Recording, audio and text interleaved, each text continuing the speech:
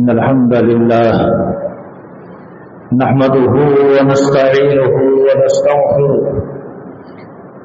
ونعوذ بالله من شرور أنفسنا ومن سيئات أعمالنا من يهده الله فلا مضل له ومن يضلله فلا هادي له وأشهد أن لا إله إلا الله وحده لا شريك له وأشهد أن محمدا عبده ورسوله أما بعد فإن خير الحديث كتاب الله وخير الهدي هدي محمد صلى الله عليه وسلم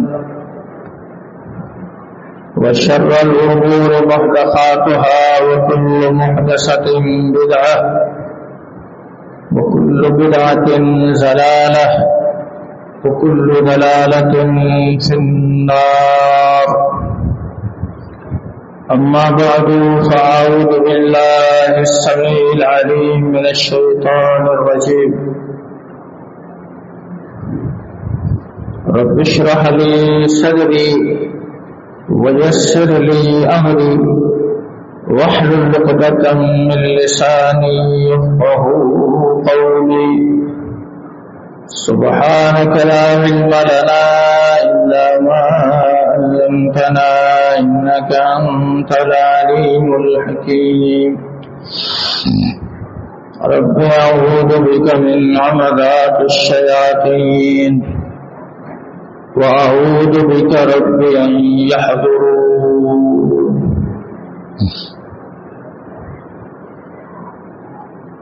واذكروا إذ أنتم قليل مستضعفون في الأرض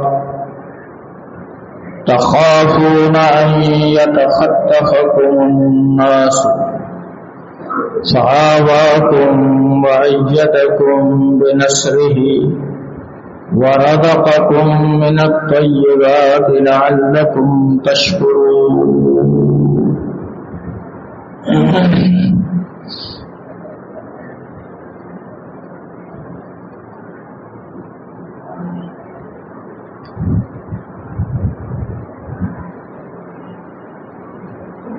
قرآن مجید فرقان حمید کی یہ آیت مبارکہ جس میں اللہ رب العزت نے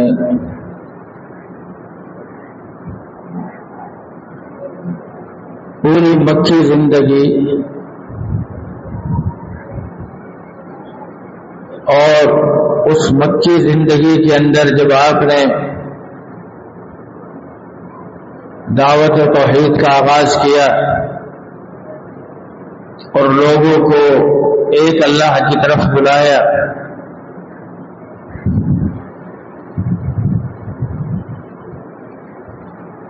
تو اس موقع پر آپ کو اور آپ کے ساتھ ایمان لانے والوں کو جو تکالیف جو پریشانیاں آئیں کس طرح سے انہیں ستایا گیا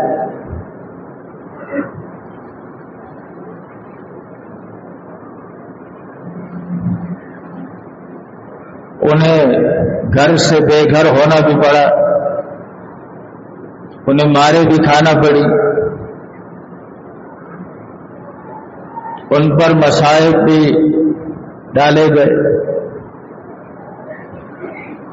لیکن ان کی استقامت میں کوئی حرف نہیں آیا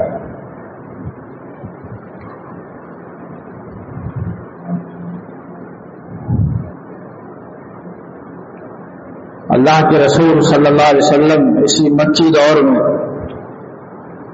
ایک مرتبہ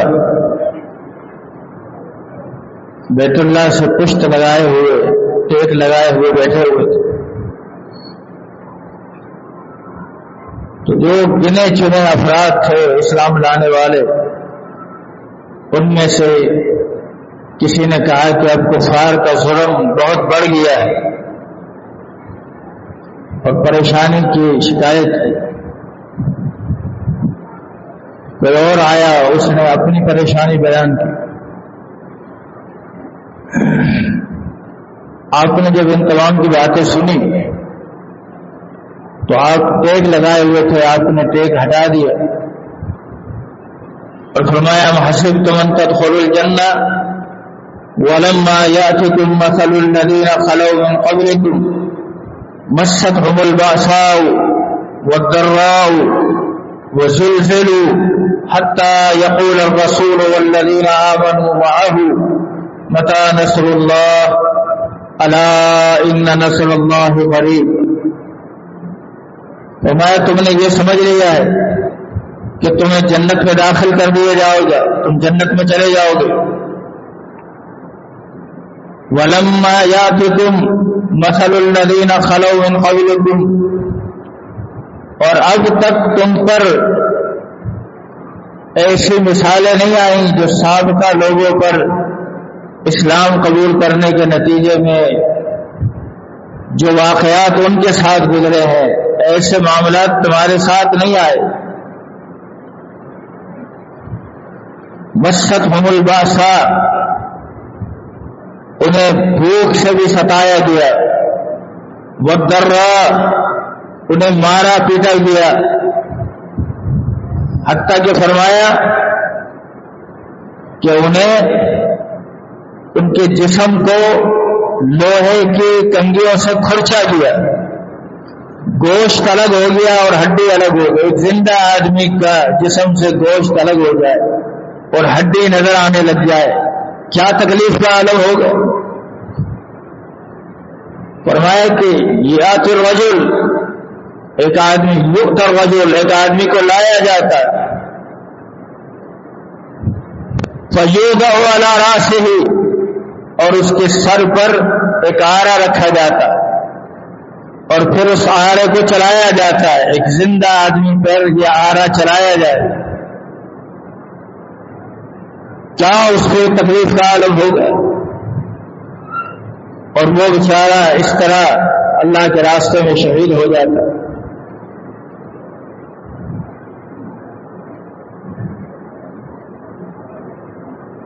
لیکن اس کے باوجود انہوں نے شکوہ نہیں کیا۔ تم پر جو مصائب آ گئے تم اس سے ابھی سے گھبرا گئے۔ مستهم الباساء والضراء وزلزلوا، اور انہیں جھنجھوڑ دیا گیا، حتی یقول الرسول، یہاں تک کہ رسول اور جو رسول پر ایمان لائے تھے وہ سب کہنے لگے متی نصر اللہ، اللہ کی مدد کب آئے گی۔ اللہ تعالیٰ کی طرف سے ارشاد ہوا الا ان نصر اللہ قریب، اللہ کی مدد قریب ہے۔ یہ جو مکی دور تھا جس میں آپ نے دعوت کا آغاز کیا تو بہت گنے چنے لوگ تھے جو اسلام لائے، اور ان کے ساتھ کون سا ظلم ہے جو روا نہیں رکھا گیا۔ انہیں معاشی اعتبار سے بھی بہت زیادہ ان کا استحصال کیا گیا، انہیں ویسے بھی زد و کوب کیا گیا، مارا گیا۔ صحیح بخاری کے اندر ہے، جناب عثمان بن عفان رضی اللہ تعالی عنہ ایک صاحب ثروت انسان تھے، مالدار انسان تھے، لیکن اسلام لانے کی پاداش میں انہیں بھی اس قدر تکلیفیں دی گئی کہ دیکھنے والوں نے کہا کہ اگر جناب عثمان کی جگہ یہ تکالیف کسی پہاڑ پر نازل ہوتی تو پہاڑ بھی ریزہ ہوتا۔ اس طرح ان کے پائے ثبات میں لرزش نہیں آئی، وہ ایک چٹان سے بھی زیادہ مضبوط اور باحوصلہ ہو کر ان تمام چیزوں کو سہتے۔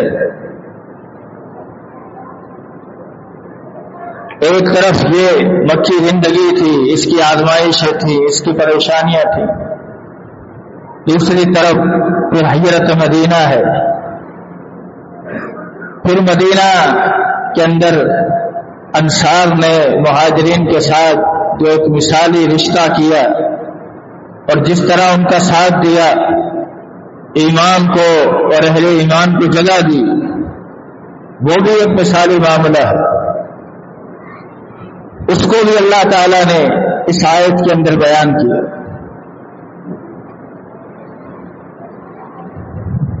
تو پھر اللہ تعالیٰ نے اس کے بعد ایک مسلمانوں تمہاری مدد فرمائی اور تمہیں اللہ تعالیٰ نے پاکیزہ چیزوں سے رزق عطا کیا۔ یہ سب کچھ کیوں ہے؟ تاکہ تم اللہ کے شکر گزار بنو۔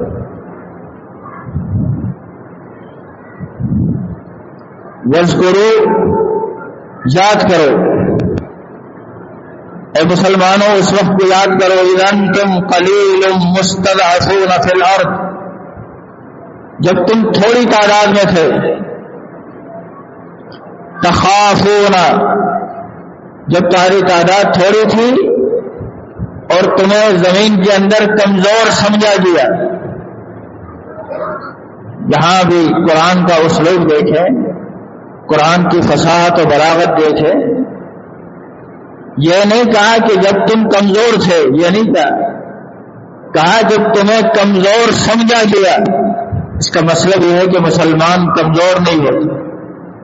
اللہ تعالیٰ نے مسلمان کو جو صبر اور استقامت کی قوت دی ہے اور اللہ تعالیٰ نے اسے باطل سے ٹکرانے کا جو حوصلہ دیا ہے، اس کی دنیا کی کوئی طاقت اس کا مقابلہ نہیں کر سکتی۔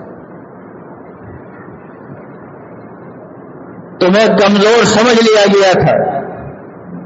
تخافون ان یتخطفکم الناس، تمہیں ہر وقت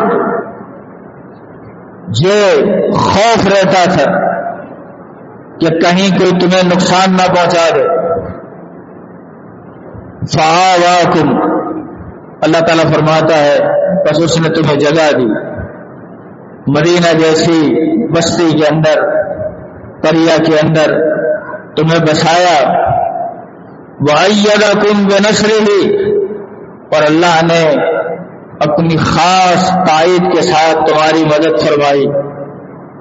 غزوہ بدر کے اندر اور دیگر غزوات کے اندر اللہ تعالیٰ نے تمہیں کس طرح کامیابیوں سے ہمکنار کیا اور کیسی اللہ تعالیٰ نے تمہاری بے سر و سامانی کے عالم میں مدد فرمائی۔ وَرَزَقَكُم مِّنَ الطَّيِّبَاتِ، اور اللہ تعالیٰ نے تمہیں پاکیزہ چیزوں سے رزق عطا کیا۔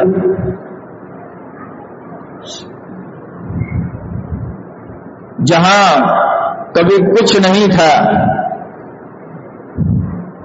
وہاں اللہ تعالیٰ نے اتنی نعمتیں عطا کر دی۔ آج بھی پوری دنیا کے اندر جتنے قسم کے میوہ جات، فروٹ اور اعلیٰ سے اعلیٰ چیزیں پائی جاتی ہیں، وہاں کاشت اتنی نہیں، لیکن اللہ تعالیٰ نے وہ ساری چیزیں وہاں پہنچا دی۔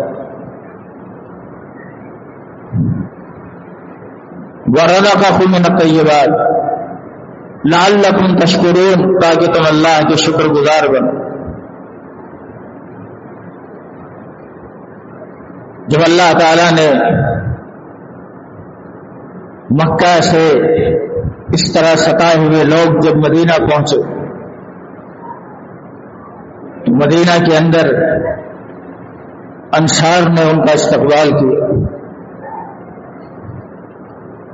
انہیں اجنبی پن محسوس نہیں ہونے دیا، ہر طرح سے ان کی خاطر مدارت کی، حتیٰ کہ عبدالرحمن ابن عوف سے اللہ کے نبی نے جس صحابی کو ان کا بھائی بنایا، اس نے کہا کہ اب تم میرے بھائی ہو، یہ میرا آدھا گھر لے لو۔ صحیح بخاری میں کتاب النکاح کے اندر موجود ہے۔ یہ میرا آدھا مال آج سے تمہارا ہے۔ کہا میرے نکاح میں 2 بیویاں ہیں، میں ایک کو طلاق دے دیتا ہوں، آپ اس سے نکاح کریں عدت کے بعد اور اپنا گھر آباد۔ ایسا مثالی تعاون۔ عبد الرحمن بن عوف نے کہا اللہ تمہارے مال میں، تمہارے اہل میں برکت فرمائے، میں بھی ایک تاجر آدمی ہوں، مجھے بازار کا راستہ دکھائیے۔ اور پھر گئے اور تجارت کی اور کچھ عرصے کے بعد نکاح بھی کر لی۔ اللہ کے نبی صلی اللہ علیہ وسلم نے جب اس پر ایک نشان دیکھا، کہا کہ یہ کیا ہے؟ کہا میں نے شادی کر لی۔ کہا تم نے کتنا حق مہر دیا؟ کہا ایک کھجور کی گٹھلی کے برابر سونا دی۔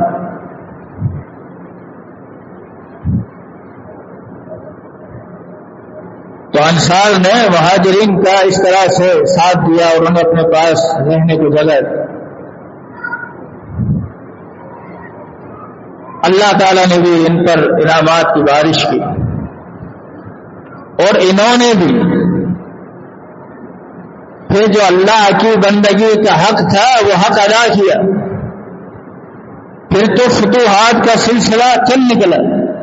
اللہ کے نبی صلی اللہ علیہ وسلم کے بعد ابوبکر صدیق رضی اللہ تعالیٰ عنہ کا دور خلافت ہے، گو کہ اس وقت کچھ بڑے بڑے فتنے نمودار ہوئے، لیکن آپ نے سب کی سرکوبی کی۔ جناب عمر رضی اللہ تعالیٰ عنہ کے دور میں پھر کافی اسلام پھیلا۔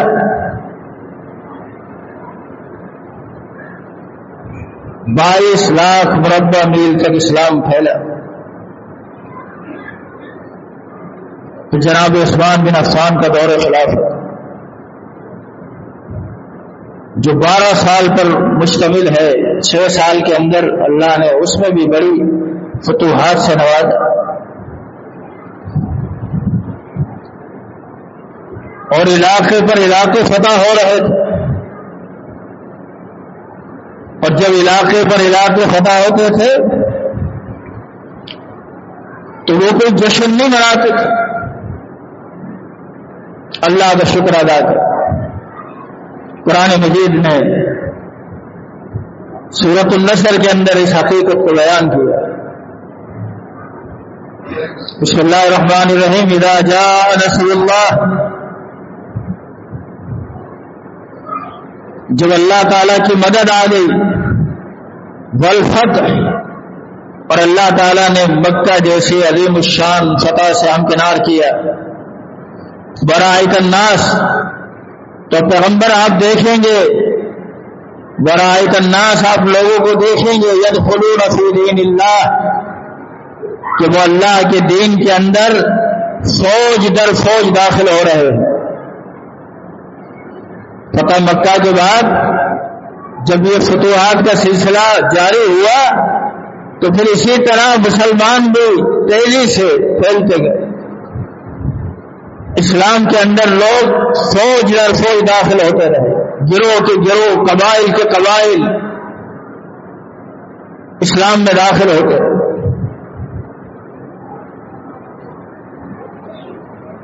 فسبح بحمد ربک واستغفر، آپ اپنے رب کی تسبیح بیان کریں، اس کی حمد کریں اور استغفار کریں، بے شک اللہ تعالیٰ بہت زیادہ تواب ہے۔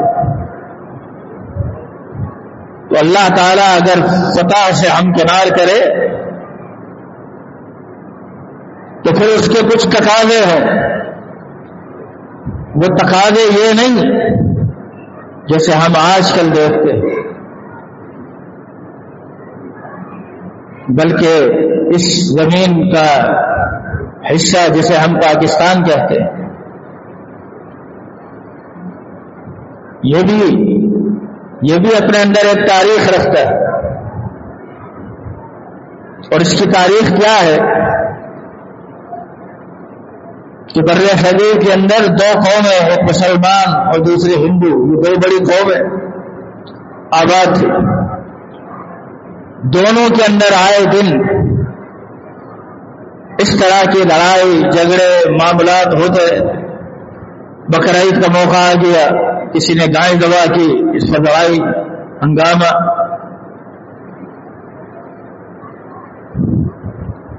کہیں ان کے کسی معاملے کی وجہ سے مسلمان کو تکلیف.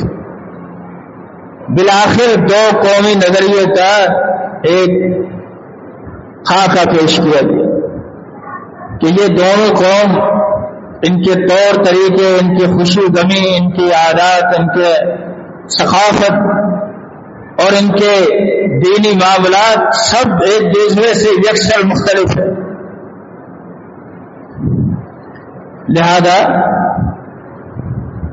مسلمانوں نے ایک علیحدہ وطن کی تحریک پیش کی اور بالآخر سن 1947 کو یہ پاکستان مارد وجود میں آئے. تو یہ اس کی ایک تاریخ ہے. اور جب یہ تحریک چلی تو اس تحریک میں ایک ہی بات کہی گئی کہ پاکستان کا مطلب کیا؟ لا الہ الا اللہ. یعنی یہ لا الہ الا اللہ کی بنیاد پر بنا.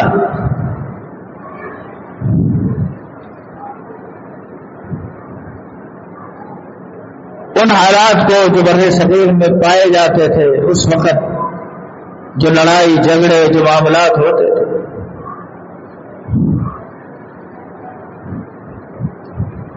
تم اس وقت زمین کے اندر تمہیں کمزور سمجھا گیا.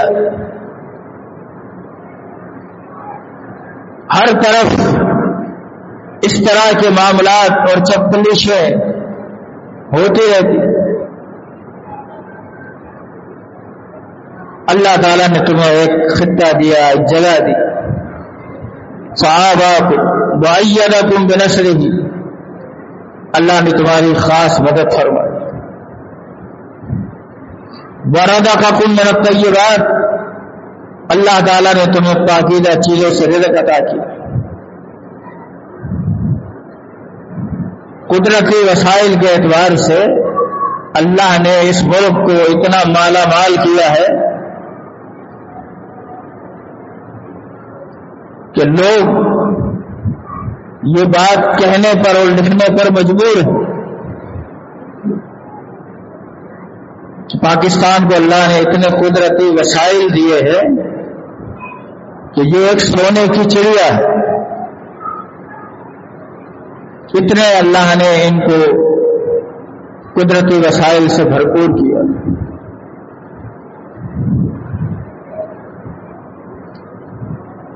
ہونا تو یہ چاہیے کہ اس ملک کو جو کلمے کی بنیاد پر حاصل کیا گیا،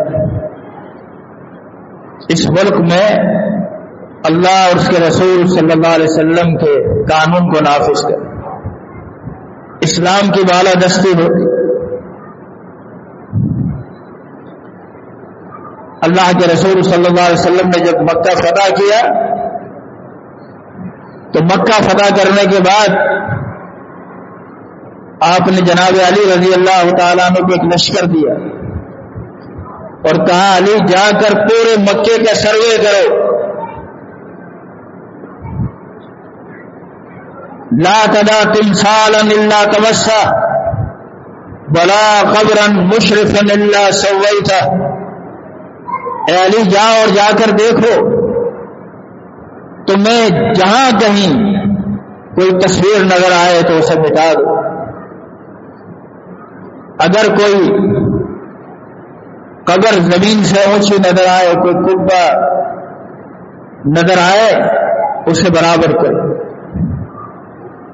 قبر کچی ہونی چاہیے اور زمین سے ایک بارش سے زیادہ اوپر نہیں ہونی چاہیے. یہی علی رضی اللہ تعالیٰ عنہ اپنے دور خلافت میں اپنے داماد کو، جس کا نام ابو الحیاج الاسدی ہے، آپ نے اس کو کہا کہ میں تجھے اس مہم پر روانہ نہ کروں جس مہم پر مجھے اللہ کے رسول صلی اللہ علیہ وسلم نے روانہ کیا. اس نے کہا ضرور کریں. کہا دیکھو، جاؤ جو علاقے فتح ہوئے ہیں ان علاقوں کے اندر اگر کوئی تصویر نظر آئے تو اسے مٹا دو.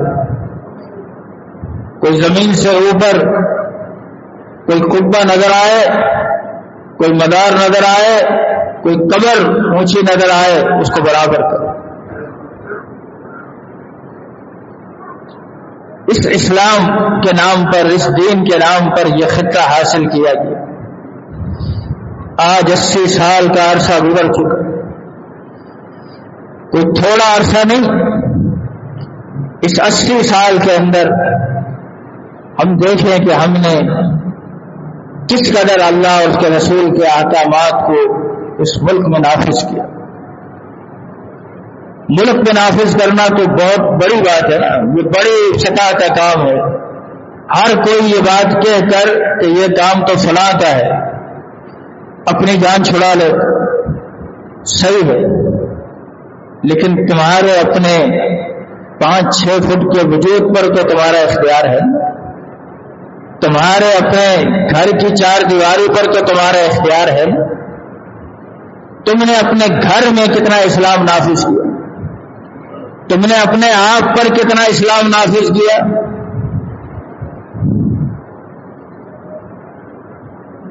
اور اگر حقیقت میں قوم میں اتنا شعور آ جائے، اتنی بیداری آ جائے کہ اگر ہر فرد اپنی اصلاح کو ہی کر لے، اپنے آپ کو ہی درست کر لے، تو معاشرہ کہاں سے کہاں پہنچ جائے. سال ہر سال سے ایک جماعت بنی، اور اس جماعت کا معاملہ یہ ہے کہ بس لوگوں کو دین کی طرف لایا جائے. بہت محنت کرتے ہیں، بہت لوگ کہتے ہیں کہ اس دعوت میں بڑا اخلاص ہے، لیکن دعوت کا طریقہ کار غلط ہے. اتنی بڑی بڑی جماعتیں نکالنے والوں سے جب میں نے پوچھا کہ آپ کا مقصد کیا ہے، کہنے لگے ہم یہ چاہتے ہیں کہ امت نماز پر آ جائے، امت نماز پڑھنے والی بن جائے، بقیہ سارے معاملات صحیح ہو جائیں. ہم تو بس اس کے لیے محنت کر رہے ہیں. میں نے کہا امت نماز پڑھنے کے لیے آ جائے، اس کا ایک چھوٹا سا فارمولہ ہے. آج ہر شخص اس فارمولے کو سنے اور اس پر عمل شروع کر دے. میرا دعویٰ ہے اللہ کی قسم، آپ کے پورے علاقے میں، محلے میں، گھر میں کوئی بے نمازی نہیں ہوگا. ایک فارمولہ، ہر شخص جو صاحب اولاد ہے اس نے کچھ نہیں کرنا، صرف اپنے گھر کے اندر اپنی اولاد کو نماز کا پابند کر. سنن ابی داؤد کی روایت ہے، اللہ کے رسول صلی اللہ علیہ وسلم نے فرمایا مروا صبیانکم بالصلاۃ اذا بلغوا 7 وضربوهم علیہا اذا بلغوا 10. اے لوگو، اپنی اولاد کو نماز کا حکم دو اذا بلغوا 7، جب بچہ 7 سال کا ہو جائے. وضربوهم علیہا، اور اپنی اولاد کو ڈانٹ ڈپٹ کرو، سرزنش کرو، ہلکی پھلکی انہیں چپت بھی لگا دو جب وہ 10 سال کا ہو جائے اور نماز نہ پڑھے. عبداللہ بن عمر فرماتے ہیں بچے کی عمر جب اتنی آ جائے، بچہ 4-5 سال کا ہو جائے اور اس کو یہ پتہ چل جائے یہ سیدھا ہاتھ ہے اور یہ الٹا ہاتھ ہے، تو سب سے پہلے بچے کو وضو کرنا سکھاؤ. آج ایک کام اگر یہ امت کرتی، ہر انسان خود نمازی ہوتا اور اس کی اولاد نمازی ہوتی، اس کی بیوی نمازی ہوتی، اس کے بچے نمازی ہوتے، مجھے بتائیے ملک گاؤں گاؤں، کریا کریا، شہر شہر جا کر اس کی دعوت دینے کی ضرورت کیوں پیش آئی؟ یہ کام تو بہت آسان تھا. چاہیے یہ تھا کہ میں اپنے گھر کی اصلاح کرتا. میں نے گھر کی اصلاح چھوڑ کر میں نے کہا میں پورے دوسرے شہر کی جا کر اصلاح کرو، اور دوسرے شہر والے نے سوچا کہ اس شہر کی اصلاح کوئی اور کرے، میں دوسرے ملک میں جا کر اسلام کا پیغام سناؤں۔ یہ طریقہ کار ہی غلط ہے۔ اسلام نے جو آپ کو طریقہ کار بتلایا ہے یہی حقیقت میں صحیح طریقہ کار ہے۔ اسی لیے صحابہ کرام کی تاریخ میں اللہ کے نبی نے جو معاشرہ قائم کیا، اس معاشرے کے اندر کوئی ایک صحابی کیا، ایک صحابیہ کیا، کوئی ایک مسلمان بچہ نہیں بٹھایا جا سکتا جو نماز نہ پڑھے، بلکہ اس بات پر اجماع نقل کیا گیا کہ صحابہ کرام تو ترک نماز کو کفر سمجھتے تھے۔ آج دیکھ لیں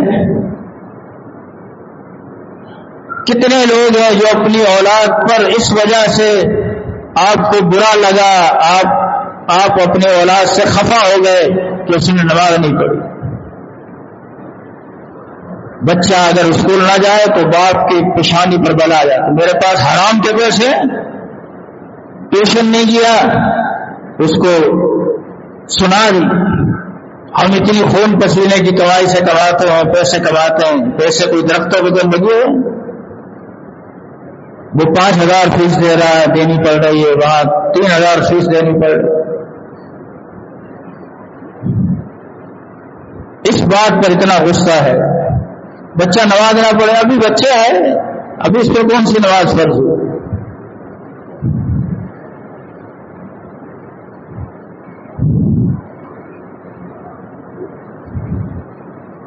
شریعت نے جو اصول بتائے، جو چیزیں سمجھائیں، اس سے معاشرہ یکسر امن اور سکون کا گہوارہ بن سکتا، معاشرے کے اندر ہر قسم کی خیر اور برکت نازل ہو۔ اللہ نے تمہیں پاکیزہ چیزوں سے رزق بھی دیا۔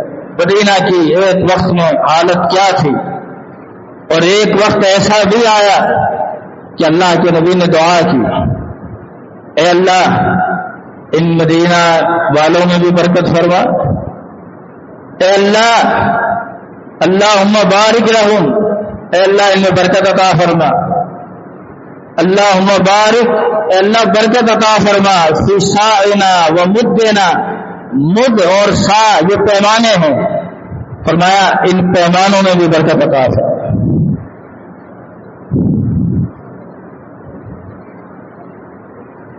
جب اچھے لوگ، پاکیزہ افکار کے لوگ کسی علاقے میں رہتے ہیں، پھر اللہ تعالی کی طرف سے اس طرح کی برکتیں نازل ہوتی۔ آپ نے نہیں سنا؟ صحیح مسلم کے اندر حدیث ہے کہ قرب قیامت جب عیسیٰ علیہ السلام تشریف لائیں گے، فرمایا اللہ تعالی ہر چیز میں اتنی فراوانی پیدا کر دے گا کہ ایک انار پورے گھرانے کو کافی ہو۔ صرف یہ نہیں کہ اس انار کو سب کھا لیں گے، یستظلون بقحفها، اس انار کے چھلکے کو اگر سایبان بنایا دیا جائے تو اس کے نیچے لوگ آ کر سایہ حاصل کریں۔ فرمایا امن اور سکون کا عالم یہ ہوگا کہ اللہ تعالی زہریلے جانوروں کا زہر ختم کر دے۔ شیر اور بکری ایک گھاٹ پر پانی پی رہے ہیں، یہ سب کس چیز کی برکات ہے؟ یہ اس دین کی برکات۔ عیسیٰ علیہ السلام کا دور آئے گا، اس کے بارے میں تو یہ باتیں احادیث میں کہی گئی، جبکہ ایسا دور رہا بھی، گزر چکا دور، عمر بن عبدالعزیز رحمۃ اللہ علیہ کا دور، تاریخ کے اندر یہ باتیں ساری محفوظ ہیں۔ آپ 99 ہجری کے خلیفہ بنے اور 101 ہجری میں انتقال ہو گیا، عرصہ خلافت 2 سال۔ لیکن تاریخ دانوں نے، اہل تاریخ نے لکھا ہے کہ ان کے دور میں بھی کبھی بھیڑیے کی مجال نہیں ہوئی کہ کسی بکری پر حملہ کیا، حتیٰ کہ ایک دن جنگل کے اندر ایک چرواہا نے دیکھا کہ ایک بھیڑیے نے ایک بکری پر حملہ کیا تو اس نے کہا انا للہ و انا الیہ راجعون۔ کسی نے پوچھا یہاں کون فوت ہو؟ کہا آج تک اتنے عرصے سے بکری چرا رہا ہوں، کبھی بھیڑیے کی ضرورت نہیں ہوئی بکری پر حملہ کرے، مجھے ایسا لگتا ہے آج امیر المومنین عمر بن عبد العزیز انتقال کر گئے۔ اور واقعتاً جب شہر جا کر معلوم کیا تو پتہ چلا کہ عمر بن عبد العزیز انتقال کر گئے۔ یہ قصے اور کہانیاں نہیں، یہ اللہ کے وعدے۔ اللہ تعالی اتنی برکت عطا فرمائے، ورزقکم من الطیبات لعلکم تشکرون، تاکہ تم اللہ کے شکر گزار ہو۔ اللہ کا شکر اللہ کی توحید میں ہے۔ اور اللہ تعالیٰ نے سورہ قریش کے اندر تو بہت صاف اور واضح الفاظ میں فرما دیا کہ فَلْيَعْبُدُوا رَبَّ هَذَا الْبَيْتِ، اس گھر کے رب کی عبادت کرو۔ اے انسانوں، تمہاری کامیابی، تمہاری کامرانی، تمہاری فوز اور فلاح اسی چیز میں ہے کہ تم اللہ کے مواحد بندے بن کر رہو، تم اللہ کی عبادت کرو۔ کیا ہوگا؟ پوری انسانیت کے پتہ نہیں لوگ کتنے حقوق گنواتے ہیں اور تاریخ کے اندر یہ بات دہراتے ہیں کہ فلاں قوم نے اتنی جد و جہد کی، پھر اپنے حقوق لیے اور پھر اپنے حقوق لیے اور پھر اپنے حقوق لیے۔ اور قرآن اس آیت کے اندر، اس سورت کے اندر فرماتا ہے کہ انسانیت کے صرف دو حق ہیں، اور یہ دونوں حق توحید کو ماننے کے اندر اللہ تعالیٰ خود عطا کر دیتا۔ الذی اطعمہم من جوع، وہ اللہ، اس رب کی عبادت کرو جس نے جب تمہیں بھوک لگی تمہیں کھانا کھلایا، وآمنہم من خوف، اور جب کبھی تم پر دشمن کا خوف مسلط ہوا تو اللہ نے تمہیں امن دیا۔ ہر انسان یہ چاہتا ہے کہ وہ امن سے رہے، ہر انسان یہ چاہتا ہے کہ وہ معاشی اعتبار سے تلاش نہ ہو۔